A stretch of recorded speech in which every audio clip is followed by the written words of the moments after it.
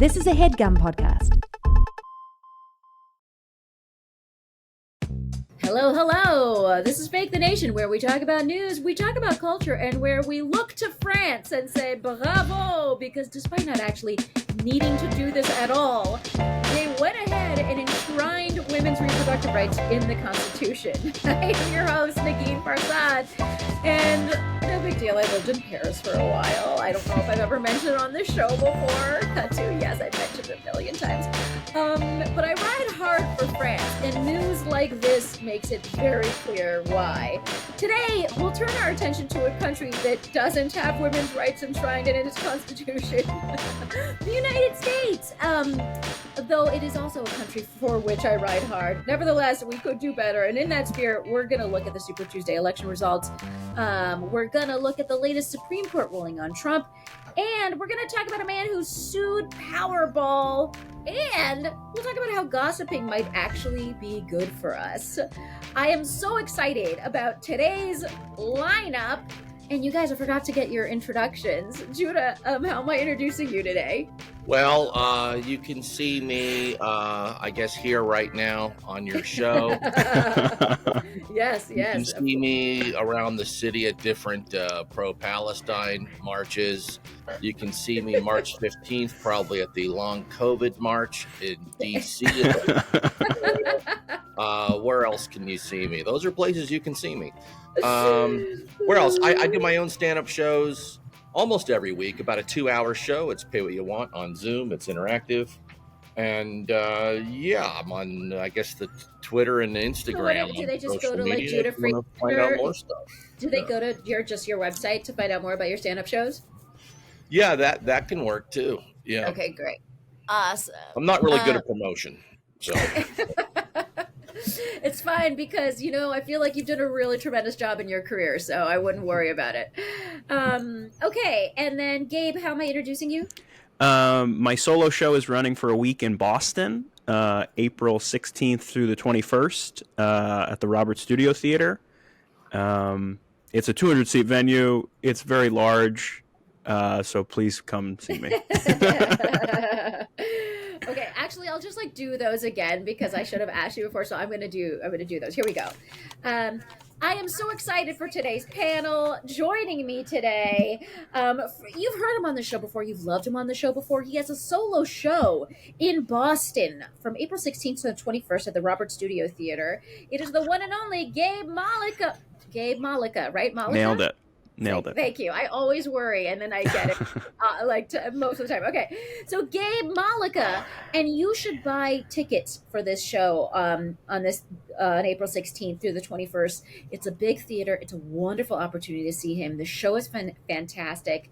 Everyone says so. You need to go see Gabe in Boston. We are also joined by the wonderful comedian.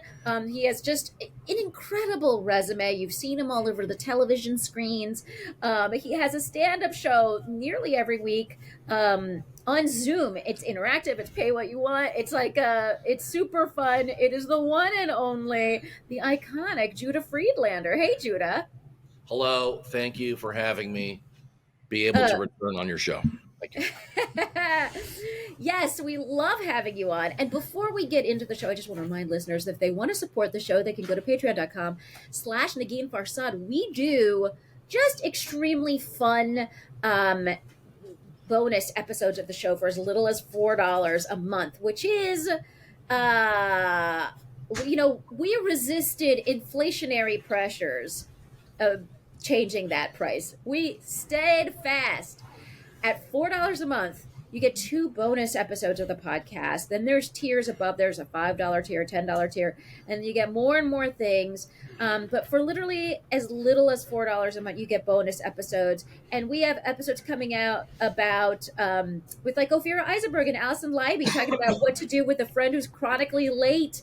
We have an episode coming out about things you should never say to your partner, where we learn that we have said all of those things.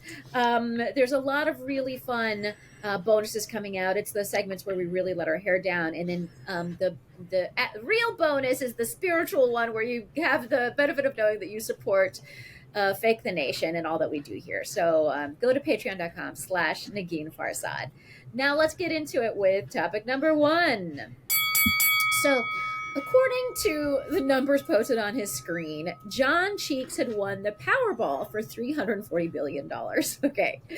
So, but when he tried to submit his ticket, this gentleman in DC, the DC lottery office said those numbers were posted in error. So Cheeks decided to sue for distress. Now, my question to the two of you is, does he kind of have a point in suing the lottery for posting the wrong numbers?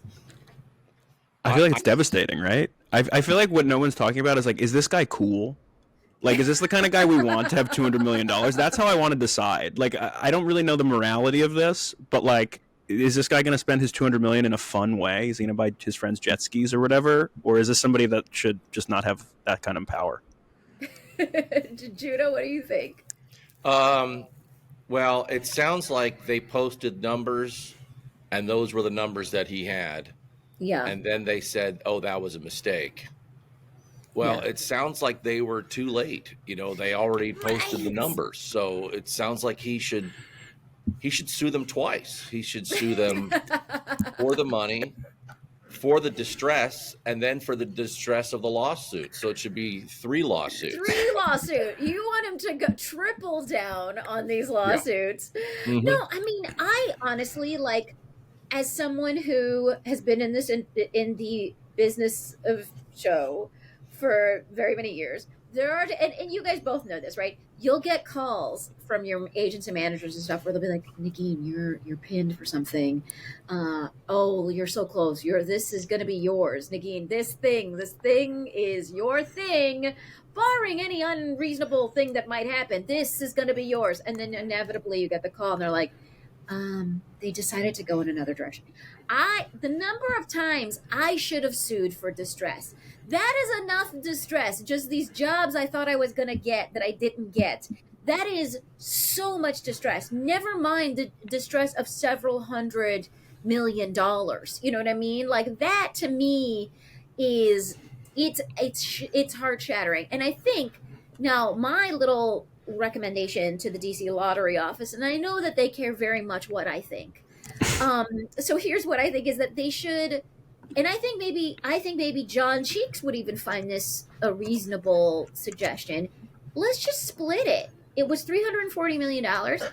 Let's just split that in between the accidental number and the real number and the real winner. The King Solomon approach. Just split the baby. Because I've run the numbers. Half of that amount, and this is, I don't know if you guys have figured this out yet, is still a fuckload of cash. And so I think you could still be really happy with just half of those winnings. Yeah, I take 10 grand. I'm sorry, no, go ahead, Gabe. Go ahead. No, I'll take 10 grand. 10 grand sounds great. Why don't they just give me some money while they're at it? Gabe, you need to aim higher. Okay, we're talking about lawsuits and John Cheeks in the DC lottery office. We are aiming higher. But can we talk about how great his name is, John Cheeks? I mean, this is a great name. I agree. The name alone deserves the amount. Yeah, I mean, that sounds like a lottery winner to me. It sounds like this person won the lottery. His name is John Cheeks. You're already a winner with a name like that. You're going to win the lottery at some point. It's just, I think that's the way it is. It's inevitable. Absolutely. And you know what? And he did. Also, I think that they should have a policy in place because human error is what it is. And making the error public, like, they should have a policy in place. Like, if we make a mistake, then we are going to have to, like, pay for it through some of the winnings. So, like, and make the policy known if the winning number and the incorrectly posted number appear the same, you know, in the same round, we are going to pay out both of them half, you know, whatever it is. Like, and by the way, there is precedent for this. Apparently this happened in Iowa in November, just recently, where the lottery contractors posted the wrong numbers. They cited human reporting error. And in that instance, the ticket holders with the wrong numbers actually were able to cash in on prizes. Now, this is the difference, ranging from $4 to $200, more like Gabe's range of money that he would be asking for. Yeah. So there is precedent for literally what we're talking about in case law. So it's not even crazy. I will say, when this happened to me when I was in fourth grade and they told me I made the travel soccer team and then I didn't actually make the travel soccer team, I should have sued for 200 million because it felt bad, Negin. It didn't feel good at all. I mean, I see in your eyes that you're still recovering. Like this Yeah, is like some things you don't forget. This is my next solo show. I don't let go. Yeah, maybe you Okay. can classify that as some type of, child discrimination, and because you're not even an adult who can handle these kind of things. It's true. That's a Child fourth lawsuit.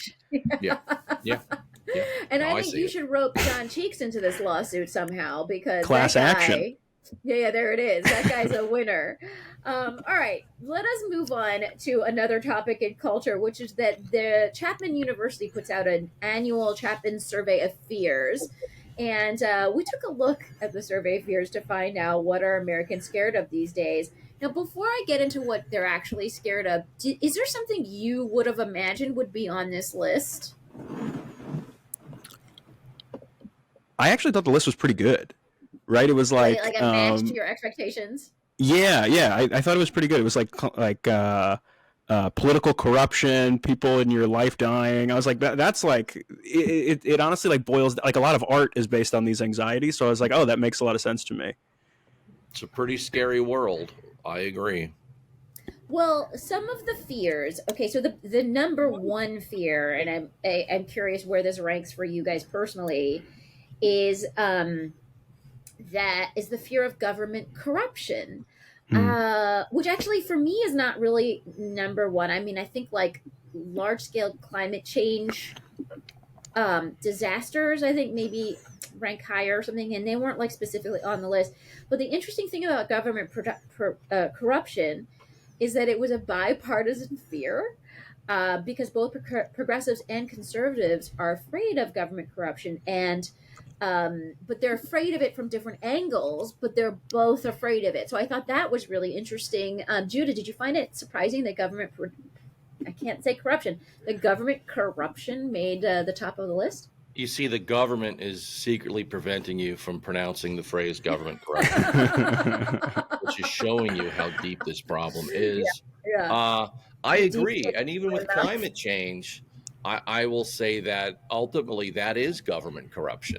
That's true. It all falls under government. They always try to blame, it's the individual, just, drink less straws and you'll save it. It's like, our military is doing more polluting than half the world. So, yeah. But I looked at the article, and there's a picture, I guess, of the guy who wrote this, or this professor, and I was scared just looking at that photo because this guy I was actually afraid to read the article. It was like another thing I'm afraid of is entering passwords to a website. So and you have to do that to read this article. So that was terrifying. The thing that I wake up with a small fear of this every single day is like entering a password into a website, and then they're like, your password is wrong, reset your password. I wake up every day with a low grade fear of having to reset multiple passwords. Like, it makes me crazy. There's something like just a general feeling of abject failure every time I have to reset a password. Like, what have I done as a person that I can't fucking keep track of these things? I cannot do it. Yeah, and then you talk to a real tech person, and they're like, "You should change it every 30 seconds," and you're like, "That's too many times." I die. So let me tell you guys the full top 10 list here, and just get your thoughts. See if any of these you share them or they're of interest to you. The rest of them are economic or financial collapse. Russia using nuclear weapons wasn't on my personal list, so I was interested to see that there. United States becoming involved in another world war. People I love becoming seriously ill, people I love dying, pollution from drinking water specifically, biological warfare, cyber terrorism, and not having enough money in the future. That it rounds out the list of the top 10 things that people are really afraid of. Did any of those track with you guys? Well, they're all political, right? I mean, they're all like the government doesn't take care of us in the way that it should. It's funny to hear like what I feel like what other people are worried about is always funny to me. Like my parents have a Chihuahua, and I'll walk the dog sometimes, and people will be like, "Aren't you worried that dog's gonna get bitten by a hawk?" And I'm like, "What?" Like I'm worried about the end of the world. Like I don't like. What are you talking about? And they think I'm crazy. They're like, climate change. This guy's a lunatic. You know. So the top 10, like, yeah, I mean, it's all money and politics. I feel like I'm a conspiracy theorist, but all the conspiracies are like right in front of us, where it's like, oh yeah, you can just give as much money to any candidate to do whatever you want, dark money. Like, so it's like people have these elaborate conspiracies, and I'm like, oh no, like it's just Occam's razor. It's all just like we know where the money's coming from, and we know who's giving it. There was one thing, the last thing I wanted to ask about this.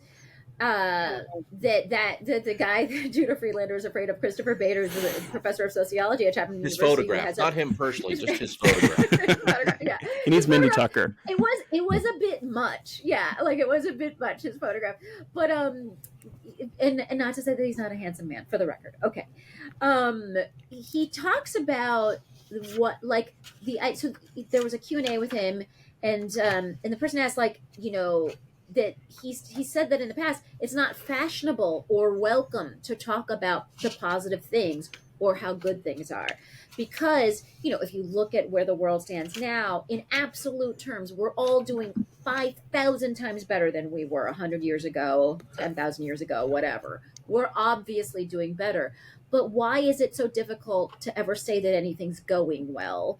And he basically points out that you know, if you do say that that things are good, you somehow are suggesting that nothing needs to change, that we have a hard time grappling with nuance, right? And relativity. Judah, do you have a hard time, like, do you think that's true, that we as a people have a hard time like saying that things are good because it might suggest... I don't think I agree with him on that one. I think I'm going to disagree with the professor on that one.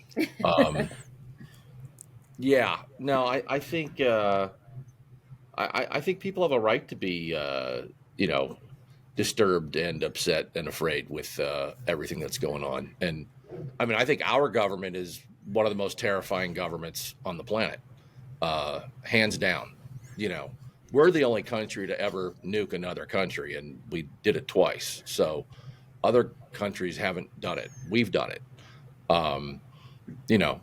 Look, I mean, I think we're funding a genocide right now, you know, and our government just, you know, they censured Rashida Tlaib for speaking out against what many people of the world, probably the majority of the people of the world, consider a genocide.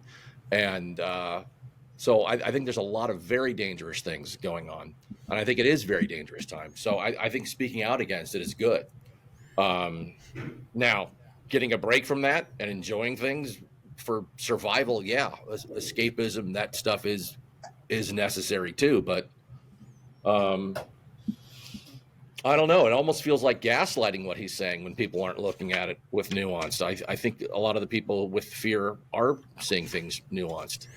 I think there are people also who aren't. I think there are people who aren't, who, you know, in support of his position. Like, for example, we'll probably get into this in the next segment, but like, you know, like there's a lot of things that people can be negative on about Biden, but like, for example, we spend almost no time talking about the absolutely monumental climate change bill that he managed to get through, right? Like, so there's like great things that he's done, but like we only look at the negative things. And I think, to me, that's kind of like what this sociologist is pointing out, is that like we talk about the negative almost at the expense of even recognizing that anything good has ever happened. You know what I mean? And I take issue with that because I do want to live a happier life. You know what I mean? Personally.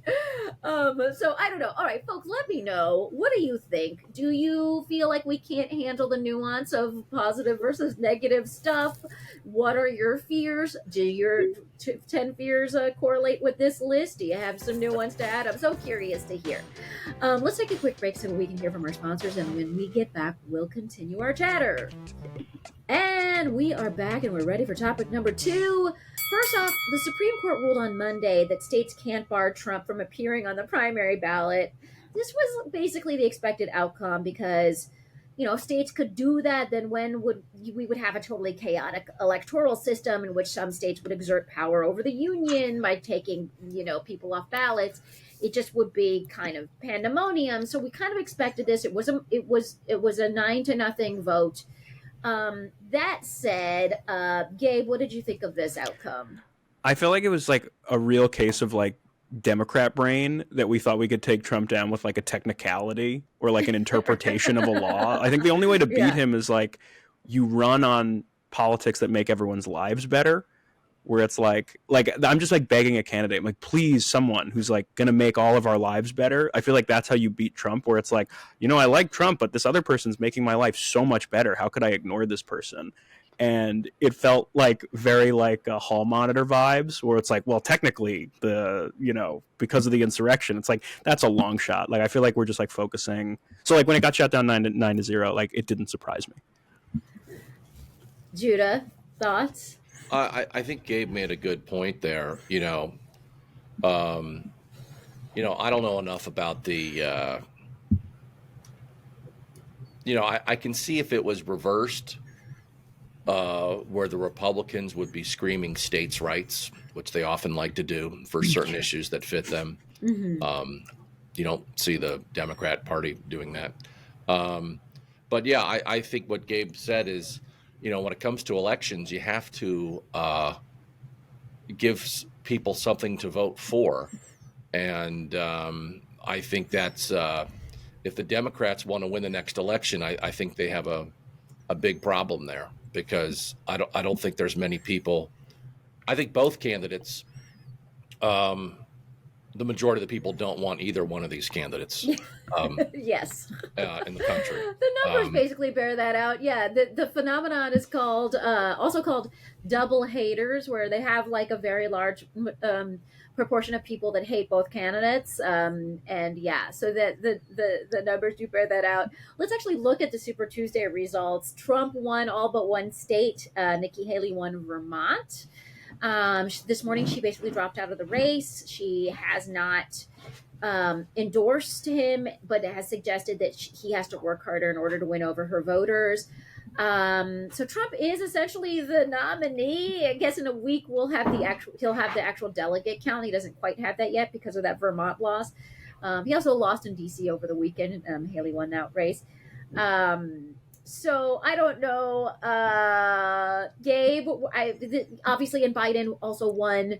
There was some protest voting going on in places like Minnesota that did cut into. I mean, he won by like 80-something% in all of these races, but like the protest vote did cut into it being an even larger number. Gabe, what did you think of these results? I mean, it's sort of all expected. I don't know. What are your thoughts? Totally. The one that shook me, which I guess was from last week, was in Michigan. So many people voting for that third option, which is like non-committal. I don't remember the exact phrasing. Uncommitted, right? Uncommitted. Thank you, Judah. And that shook me a little bit, and like expected, right? There's a huge Muslim population in Michigan, and when you're funding like an illegal war, it's gonna be tough to curry favor and get those votes. And God, you never want to be losing to the idea of nothingness. It's like people voting for purgatory in this like odd way. That really jumped out at me. I mean, I heard somebody in a coffee shop today in Cleveland be like, Nikki Haley dropped out, and I was like, of course, like she doesn't have anything to offer either. She was just like doing Trump coattail stuff anyway.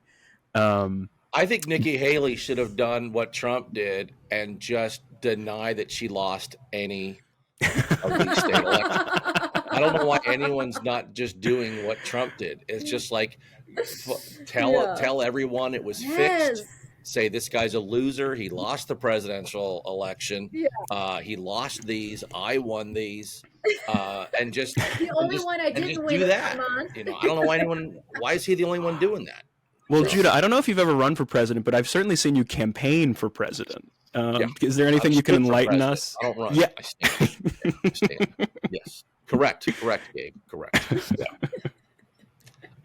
But no, I think it's I forget the topic. Sorry, I interrupted. But I also do want to say that that protest vote for uncommitted in Minnesota this time around was at 20%. So it was even higher than it was in Michigan.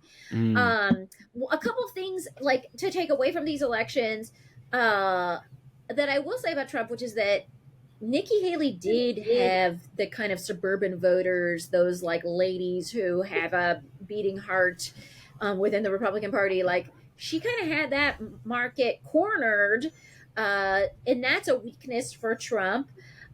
She was leading among moderate voters by nearly 2-1. The only problem is moderate voters only make up 20% of the GOP primary voters. The rest of the primary voters are pretty MAGA-ish. Roughly 1 in 4 Republican primary voters in North Carolina voted for Nikki Haley. North Carolina is a tough state for Trump to begin with. So these are all like, interesting weaknesses for Trump. Also, I want to point out that Adam Schiff and Steve Harvey will be running for the senatorial race in California. That was a weird one because Steve Harvey is running as a Republican and Adam Schiff ended up spending something like $11 million to kind of prop up the Steve Harvey campaign on conservative media by running what seemed like attack ads, but were also just like, hey, this guy is running and he's a Republican ads. And Schiff's strategy there was so that he wouldn't be running in a protracted race against another Democrat, which would have been Katie Porter. So it is now going to be, instead of that, it'll be Adam Schiff versus Steve Harvey, a guy who once played baseball. Yeah, I think I don't like what Schiff did there at all. I think that was shady. As Katie Porter and Barbara Lee criticized him, I believe they both did.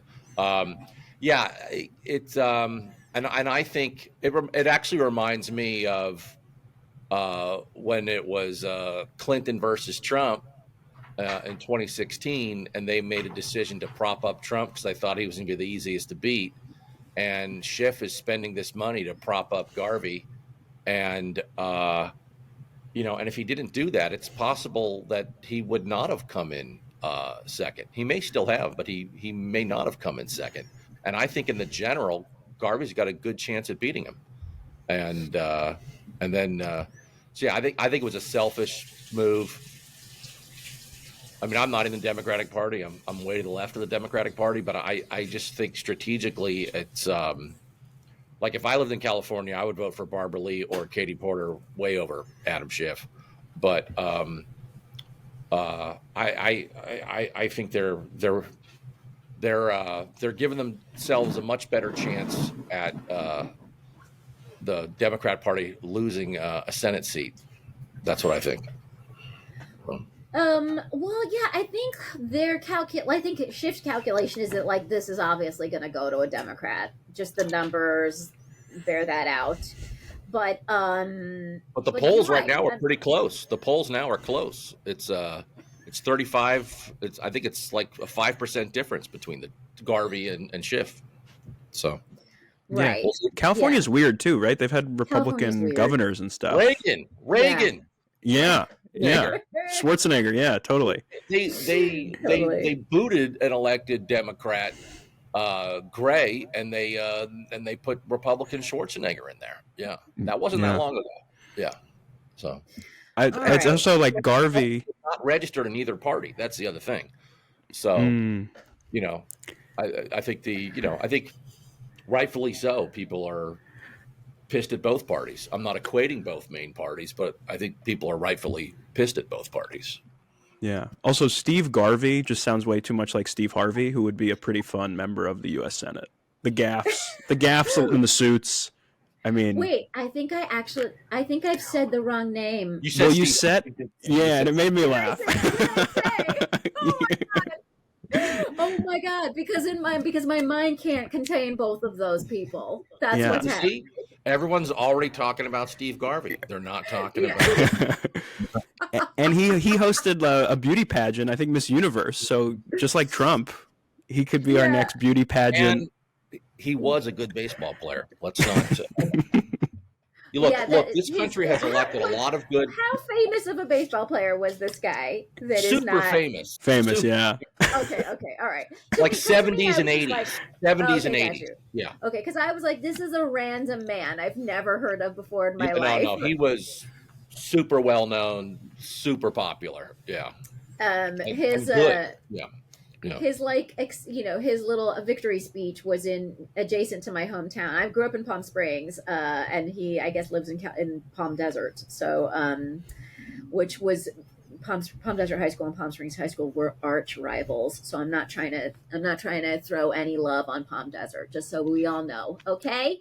Clint Eastwood, a Republican, also mayor of either Palm Springs or Carmel, California. I think it was Carmel. Because our famous mayor was Sonny Bono. Thank you very much. Oh, yes, that's right. Also a Republican. Yes. Celebrity And then when he politicians, huge. and then when he went to Congress, he became a best buds with a Monsieur Newt Gingrich.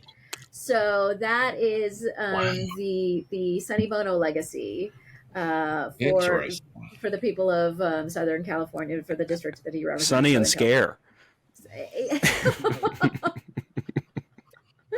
All right, folks, let me know, what did you think of these primary results? It's a strange feeling right now, because exactly at this moment in 2020, everybody was following the elections with a crazy fever pitch. Obviously we were all, I guess we were in lockdown. We were just starting lockdown at that time, so it was a different time. But I feel like nobody is following these elections really, and I don't know what to say about that. Like, I don't know, and I part of me feels good about that, because I don't want people to be overly riled up. It doesn't help for us to just be doing horse race coverage after horse race coverage and getting so stressed out about it.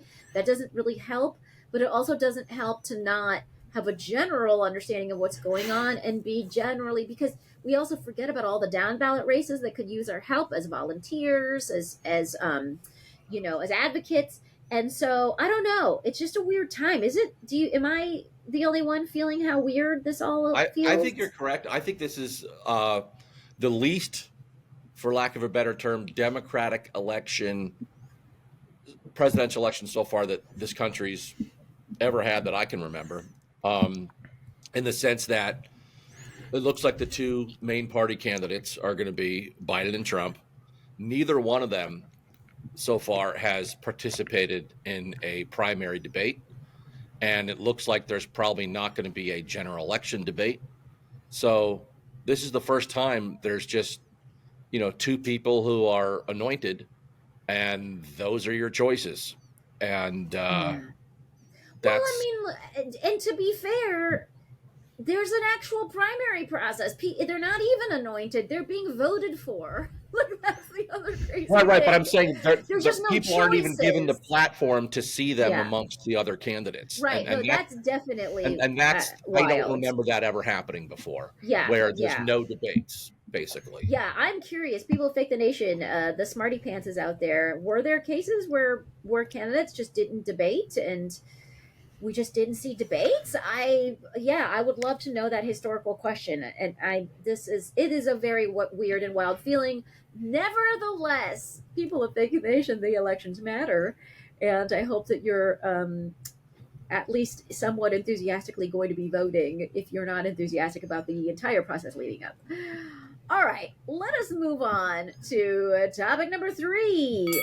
So, new research by the University of Maryland and Stanford has found that gossipers might actually be good for us, which is great news, breathing new life into brunch tables everywhere. But according to the findings, the study revealed that gossip is good, quote, good at disseminating information about people's reputations, which can help recipients of these tips connect with cooperative people while avoiding selfish ones. Basically, it helps you figure out your network of people that best suit you. Gabe, what did you think of this finding? I mean, what do you think of gossipers to begin with? Are you surprised that they could have a positive impact on your life?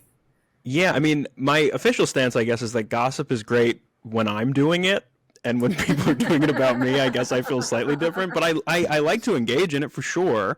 I think also gossip is sort of a gateway to, like you mentioned, kind of like exposing bad people. Like pre sort of like Me Too movement, a lot of like the stuff we knew about bad actors was gossip and jokes, and that stuff eventually trickled out into a type of a movement. It can also go the other way, right? Like something gets said about somebody that's not true, and there's no official way to refute it. But in general, I think people getting together and being like, hey, avoid this person. They're not great. Like it feels like, oh, we shouldn't gossip, but also it can keep people safe, which I, obviously like. Judah? Yeah, I think it depends on the context. I agree with what you said, Gabe. I mean, it can also probably be used to punch down on people. I can see in school, the outcast, and then everyone just does gossiping, whether it's truthful or false, and then makes that person's life, now they get ganged up on in a completely unfair and abusive way. So I just think this article should not have come out on like a major university or a major, it should have come out in the gossip columns first. It should have been page 6. It should have been a page 6. Yeah, page 6 of Honor. Well, one of the things that I found wild about these findings too is that people spend, I did not know this, an hour a day on average talking about other people. Like people basically spend an hour a day on gossip. Which is funny because before we started taping, Andrew and I, our beloved producer, were heavily gossiping about we were doing celebrity gossip, which is kind of like we have no impact on celebrities' lives, so it was like fun and stupid. But I was like, as we were talking, I was like, I wonder how much time we're spending talking, like gossiping about these celebrities. Oh my God, I'm going to meet my hour a day quota today, definitely, just from this conversation. So do you feel like that tracks in your life, that you spend that much time in gossip? Yeah, I think it's healthy. I think in some ways, like that is a service that celebrities give us, where it's like, everyone projects onto them. Like my aunt who's on Facebook, like it really gives her a big outlet to be like, I like Miley, I don't like this person. Right. And in some ways that's healthier than like doing it about like who you work with. Yeah, I get it. I think it's fine. It's probably healthy. I don't do any gossiping, so I should probably start doing some more and get healthier. The researchers have found that if you find yourself in front of a gossiper, you're more likely to like be on your best behavior in front of them because you want the information that gets out about you to be positive information, right? So it's fascism. Gossip is fascism. And fascism is good for you, is what we're saying. Fascism is good. Okay. Fascism is good. Yeah, that's what we're saying. But basically, that if you and that you yourself will provide some gossip to the gossiper, because you want to stay in their good graces. So basically, you're rewarded by the gossiper by providing gossip, and then you yourself end up like adjusting your behavior because you're in front of a gossiper. I mean, I wonder. I sort of almost feel like you never. I wonder if you know it when you're talking to a gossiper that they're a gossiper. Like I almost feel like I don't know who's going to go say things about me after I'm around them. I feel like it could literally be anyone. I'm not like that acutely aware about who's a gossiper and who isn't in my circles. I feel the same way. I'm socially dumb, so I'm definitely not good at that stuff. Gabe, are you aware? Like, do you feel yourself adjusting around certain people? Yeah, you get into a conversation sometimes when you're talking about someone else, and I always feel like, oh, is this how this person talks about me when I'm not here? Like that Yeah. feeling is really uncomfortable. Yeah. Um, Even just like the way my mother talks, like my mother is like, my sister didn't have a job like 4 years ago for 2 weeks, and my mom was like still talking about it, and I just like quit my job to do comedy. I'm like, God, what's she saying about me? That's a lot of pressure. Wow. Wow. Yeah, I yeah. know. It is. You should open your show with that. Wow. That's the next one, Judah. Just get the sympathy from the crowd immediately. Wow. Wow, that is hard.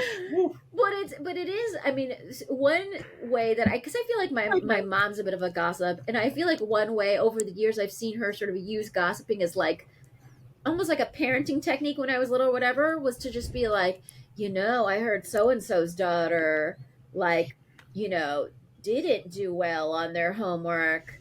Look at Mm, you are doing well. It was almost a way of like praising me, shitting on someone else. You know what I mean? And like, mm, or praising someone else to shit on me in a certain way to get me to do better, like by example. And so I feel like she kind of used it a lot in that way. But it turns, according to the researchers, people are constantly adjusting their understanding of good and bad behavior based on these stories that gossipers are sharing. So you might in a bubble hear a story about fucking Laura Dern behaving a certain way or whoever, right? And then you may think something about it, but if a gossiper is delivering that story, they put some stank on it, some spin on it, and then you are like, oh, I guess she was a bitch in that moment or whatever. I'm just using Laura Dern as I don't know anything about her. But you know what I mean? Like that's another thing that happens is that we sort yeah. of like collectively figure out what good and bad behavior is. Yeah, I think comedy helps you kind of redefine like your own stories in a fun way. Where like I've definitely told stories on stage before that like people gossiped about me about, and there's something really empowering about being like, no, here's it from my perspective. Here's this 10-minute chunk or the solo show or whatever. And I'm sure Judah, and sure in your own sort of like mythology building of your own self, I'm sure you've done that too, right? Where like you're in control now of how people see you. I mean, when you're performing, you mean? Yeah, you get like ownership over the way Yeah, people I mean, I see you. guess so. Yeah, I don't know if I ever looked at it that way, but yeah.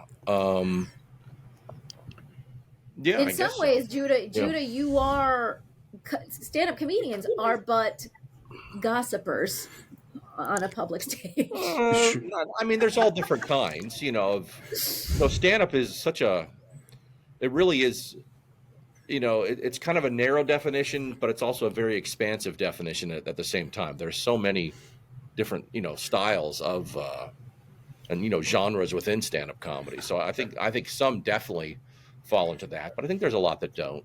Yeah. Yeah, So, for sure. Folks, where do you stand on this? By the way, the research found that that in like many cases, because of the nature of the reward structure of gossiping, the gossipee becomes the gossiper. So none of us are without our own gossipy faults. And the research suggests that like this is not negative. It has helped us build networks that are beneficial to us. So we should stop like thinking of gossip as having a negative connotation, which no guilt. No guilt. no guilt. Just no shame. That's how you become president. Guys, go talk shit. Go talk shit as far as your heart desires. The good people at Stanford University and the University of Maryland think it's just fine. All right, folks, that is the end of the show. And what I would like is for you to be able to tell listeners where they can find you and all the wonderful things that you do. Judah Friedlander, where do they do that? Let's see. Well, I do live stream stand-up shows. They're about 2 hours each. I do them about once a week. They're pay what you want. It's on Zoom. You can go to my social media or my website to find out about that. You can probably see me at pro-Palestine rallies. You can see me probably March 15th at the long COVID rally in D.C. at the Lincoln Memorial. And I'll be hitting some. And actually, Negin got me a gig. You got me a gig. I got to thank you. Oh, you're It's doing a that movie gig. theater in Westchester. I think it's called the Yeah. Jacob Burns Film Center. I think it's April 15th. I'm showing the movie They Live, the John Carpenter movie They Live. And oh my gosh, I'm so excited that worked out. yeah, you got me that gig, so I got to plug that gig. I think it's April 15th in Westchester at the John Burns Film Center. It's like a comedy / movie type. Jacob Burns Film Center. Yes, you're going to be so Jude will be doing some stand-up, followed by a screening of the film that he selected. I too am doing this Jacob Burns Film Center. I'm doing it, I think it's on the 29th of April, and I'm not sure if it's been announced yet, but I think I'm going to be doing the movie Punchline with Tom Hanks, which is hilarious and weird, and like a movie I revisited as a comedian. I think the first time I had seen it was like on a DVD and not understanding it, and I was too young to even know what I was looking at. Now I'm looking at it with a completely different view because I'm a stand-up comedian. So anyways, that's so funny, Judah. I'm so glad that worked out. So you can see both Judah and me at the Jacob Burns Center a couple of weeks apart. Come out. It's going to be a really good time. And definitely follow him. And then also, if you're out marching, look for Judah. Gabe, where do people find you? At Gabe Mollica on all the socials. My solo show about friendship, is playing in Boston and Minneapolis and Denver, and I'm co-headlining the Den Theater in Chicago with all new material. And GabeMollica.com. I have an email list. I'll come to your city and tell you jokes and stories. Folks, you know where to find me. I will be walking this dog that I'm now sitting with throughout the streets of New York City. That's what me and him do. We do that a lot. So you can find me picking up poop or like quietly waiting during a pee. That's an everyday.